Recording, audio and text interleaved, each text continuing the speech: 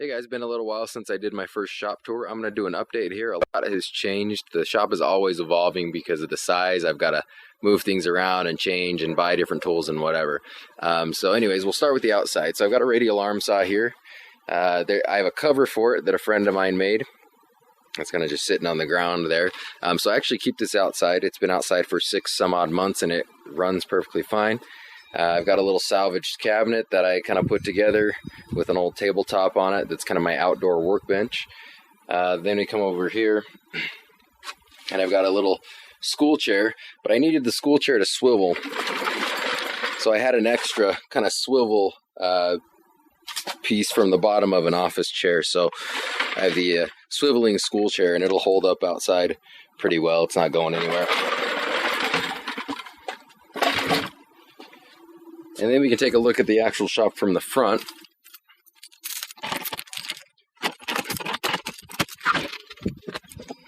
And you can see it's in a little bit of disarray at the moment, but we'll go through it anyway.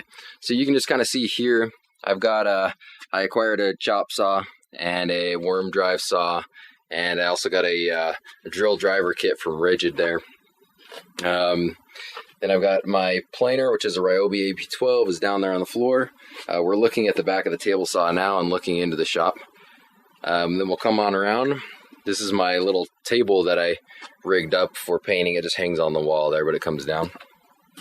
I got some cleaning supplies here and an apron for when I'm turning. Notebooks and stuff. I'm always writing stuff down. So we'll stay right here and then we'll head back to the table saw. So here's it's a Harbor Freight 14-inch bandsaw that I got, and I picked this up for, pretty cheap, definitely less than it was worth. I also got a monitor hooked up here, and I've got this hooked up to, it's just an old phone, and the old smartphones have a HDMI connection. So on here I can look at my weather. I can also watch Netflix, listen to Pandora, watch YouTube, all that awesome stuff. Then if we come over, I've got a stereo receiver up here that I've had for a while. I got some different shelving. I've got tons of projects going on up here. This is all, I've started turning some pens and stuff, so this is all pen blank business in here. The same air compressor I've had, 8-inch drill press, same scroll saw I've had. We come over here, I've done a few little things with organization. I got myself a little heater. This is the same little workbench that I built when I first was working in the garage before I moved into the little shop. And it served me really well. It's just parts thrown together from other stuff. And then I've got just kind of some organizational stuff. Organization is key in a small shop. If you have one, then you know that. Just all kinds of stuff. Harbor Freight sander. It's worked pretty good. I've got a review on that. Then I've got this is my radial arm saw workbench here. And I have some stuff on that on a few videos on my Instagram. And then I got a little, not a little, 6-inch, this is my grinder, my bench grinder. It's a 6-inch dry, 8-inch wet, and that's worked pretty good. I think that's a Harbor Freight model as well, but I got it secondhand at a pawn shop. And then I've got my router up here, which is a Blue Hawk 1/4 inch. And some more stuff here. This is actually my old drill. I haven't even gotten the new drill out yet, but this impact driver, I don't know how I lived without that thing. I use it all the time now. I got myself a little lathe, which is also another Harbor Freight. I frequent Harbor Freight a lot because I like cheap stuff, and a lot of it works pretty well. So I can't complain too much. Just some other stain finishing stuff. A bunch of little clamps there for when I'm doing some little stuff. A sander I found at the thrift store for like $5. That's the same DeWalt that I've had for a while. The one on the bottom I found in the trash and fixed, so that was a freebie. This drill I believe was $2 at the thrift store. That drill was $3 at the thrift store. There's another Harbor Freight drill that has like 0 speed control. so that's the one. If you really want to just need to go full bore drilling holes, then that's the one you grab. I find myself having scraps, lots of scraps. I won't even pull this out because it's full to the brim, but it's kind of a stackable. I keep scraps in there. I need to clean it out. I'll just give some to the neighborhood kids that do it, maybe the scouts or something. A box full of pen blank stuff to glue up. And then I've got this table that I kind of made. I was trying to figure out a solution for not having a table in here, but needing a table sometimes. So this is just an old countertop piece, and it flips, the bottom just flips out there. And then I can sand or finish or whatever I've got to do on that. And then it just flips back up pretty easily. I've got clamp storage over here. I need to get some more clamps. I always run out. 10-inning jig up there, which I found pretty useful, especially when I didn't have a planer. I'd use that to thickness boards on the table saw.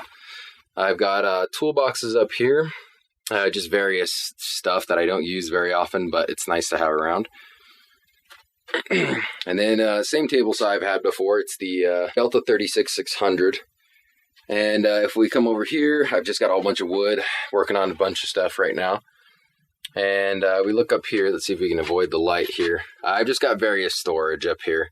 So box full of casters. This box has got handles in it. I do some painting, so some other painting stuff there. Then we come down. I've got a bunch of saw blades there. Some little feather boards, different various sleds and jigs for the table saw and whatnot, hand saws, and then I've got some other stuff, hammers, other jigs, chisels, files, lots of screwdrivers, pliers, then some safety gear, a couple hand planes up there, and a dado set. I got my tripod for whenever I'm filming or want to take pictures or whatever. And that's mostly what's in the shop here. Some lathe chisels up there. I've got a couple sets. And then I just bought a Craftsman rotary tool because I needed a good one. My other one was just crapping out on me. So that's pretty much it for in the shop. However, I have a lot of storage out of the shop. So let's check that out real quick. All right, so storage out of the shop. I've built several not so pretty storage facilities for stuff I use regularly. So here's one. It's got a 1/2-inch ply on the top, mostly maple veneered ply is what I've got, and then 1/4-inch MDF, a lot of 3/4 ply on the bottom. There's one, and if we just turn around here, and I've got this big blue ugly thing. This is behind the workshop, so nobody ever sees it anyway, except for me. So I don't really care what it looks like. This is a lot of cut off stock pine boards, stuff that's just like various that I don't want to throw away because I know I'll use it at some point, but I can't use it exactly right now. And let's see if we can get a good shot of this. This is my main wood storage over here. As you can see, I pretty much just have everything all tarped up because I don't have room. I've got the, my AC unit is right back here, so I don't have room to put doors on anything because nothing can swing out. So in here, you can kind of see why it's my main wood storage. So I've got lots of MDF, some cuts of walnut, cherry, maple, some hickory, lots of cut-off pieces and boards and all kinds of stuff. So that's my main wood storage. If we head over to the other side of the building, I can show you a little bit more here. All right, so any large lumber that I have, it all goes up here. As you can see, I've got some, but I don't have a lot. There's some plywood on the side. I've got a lot of strips, cut off strips from different shops and whatever. They all go, they're either 8 or 10 foot. I think I've got a couple 12-foot pieces, but that's about it for that. I've also got some hardwood flooring up there too that I'm not sure what I'm going to use it for, but I've got wood storage up there too. All right, and then over here we've got, I've got some big sheets of ply that are just kind of under here. I've got to use them soon because the weather's kind of getting to them. But they're just under a big tarp over here so they don't get completely destroyed by the weather. It's been raining a lot here. And then I've got, this is my wood storage box that I built. I needed something else. I couldn't fit all my wood in there. And we, those of us who work with wood know all about wood hoarding. It's kind of a trend, it seems. All kinds of stuff in here. Some stuff that's just being dried, some stuff that's salvaged. As you can see, a lot of fence boards here. These are all from like a maple, solid maple countertop. There's a bunch of elm over here that's drying.